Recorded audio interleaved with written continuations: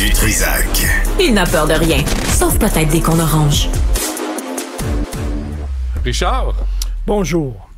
Tellement content d'être à ton micro. Oui, bienvenue. Parce que j'ai un message à lancer à tous les Québécois. OK. Et si tu veux faire ce message-là, c'est à ton micro qu'il faut le faire. Je pense que oui. Tu comprends? De plus en plus, hein? C'est ce que j'entends. Alors, je demande aux Québécois d'être solidaires avec les grévistes de la STM. T'as vu les pauvres conditions de travail exécrables qu'ils ont. Ouais. Ils tirent le diable par la queue. Mm-hmm. OK? Et ils poussent c'est avec l'extra, le boni pour pousser le petit extra. Ouais.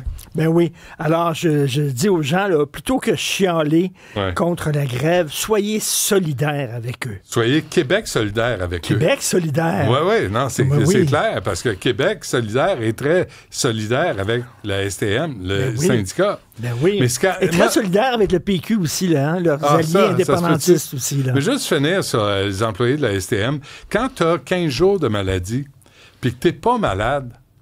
T'es payé quand même. Pourquoi tu as un chèque? Tu as un chèque de félicité parce que tu n'es pas malade? Oui, exactement. C'est des jours de maladie, mais qui sont en fait des jours de santé. Des jours de santé? De santé. Si tu es en santé, je te paye. L'assurance si tu es malade, maladie, je te compense. c'est l'assurance maintenant de santé. Oui. Voilà. C'est bon, hein? C'est excellent. excellent. Tu as vu que s'ils se présentent à une élection, ils congés sans solde pendant un mandat, puis ils peuvent revenir après. Puis il y a des vêtements payés. Mais ça, c'est normal. Des t-shirts. À l'entretien, c'est normal qu'on paye les vêtements. Non, mais pas des trucs de protection, puis tout ça, là. Ouais. Des vêtements. Non, mais il y a des magasins à rayon qui fournissent la veste. Mais tu sais, où est leur solidarité? Puis à chaque fois que tu oses dire, peut-être que les syndicats devraient changer de méthode, changer de tactique, anti-syndicaliste. Écoute, j'avais osé écrire ça dans le journal et il y a quelqu'un qui m'avait répondu en disant, t'es pour le néolibéralisme. Moi, j'adore ça. Quand je vois néolibéralisme dans un texte déjà, là, j'allume, là. Ça vient me chercher, tu comprends-tu, là? Alors là, moi, le néolibéralisme et tout ça, là. Et écoute, il faut qu'ils changent leur tactique. C'est écœurant. C'est prendre la population en otage. Et les gens qui ont besoin du métro puis qui ont besoin de transport en commun, la plupart ont des conditions de travail qui sont moindres que ceux de la STM. Qui marchent, qui fassent de l'exercice un peu. C'est bon pour eux autres de faire de l'exercice. Incroyable. Parce que, non. Puis j'avais M. Janotte, j'y avais dit, qu'il représente les employés de l'entretien. Pourquoi vous n'êtes pas entendu avec les syndicats des autobus, des chauffeurs, des opérateurs métro d'autobus, pour ne pas charger, pour laisser rentrer des gens? Faites suer la STM au lieu de faire suer la population. On n'y a pas pensé. C'était sa réponse. Il n'a pas pensé. C'est ça. En tout cas, tu as vu QS là, qui disent oui à l'indépendance, mais pas avec le PQ. Attends une minute. Il y a un parti indépendantiste qui a des bonnes chances de prendre le pouvoir et qui promet un référendum dans le premier mandat. Toi, tu te dis indépendantiste, OK, si tu veux pas appuyer le Parti québécois, parce que quand même, c'est un parti, tu te présentes contre lui. Si tu veux pas l'appuyer, c'est une chose. Mais as-tu vraiment besoin d'y mettre des bâtons dans les roues en le dépeignant encore comme un parti fermé aux autres, intolérant, raciste et blablabla, blablabla, pas ouvert et tout ça? Puis ils se disent indépendantistes. Ils pensent-tu vraiment que QS va faire l'indépendance? Vraiment? Est-ce qu'ils pensent qu'ils vont faire l'indépendance, qu'ils vont gagner? Puis, voyons, Christy. Mais c'est quoi, puis là, tu as la CAQ qui s'en prend au Parti québécois. Parti libéral, ça, c'est dans son pain et son beurre. Mais je comprends pas la stratégie de Québec solidaire. Je comprends pas ça. Il y a un parti, depuis sa naissance, à part sous Pierre Marc Johnson, qui voulait faire l'indépendance du pays, du Québec. Et pour le PQ, l'indépendance, c'est une fin. Pour QS, c'est un moyen de construire un royaume socialiste en Amérique. C'est ça. C'est un moyen. Ouais, sans identité québécoise. Non.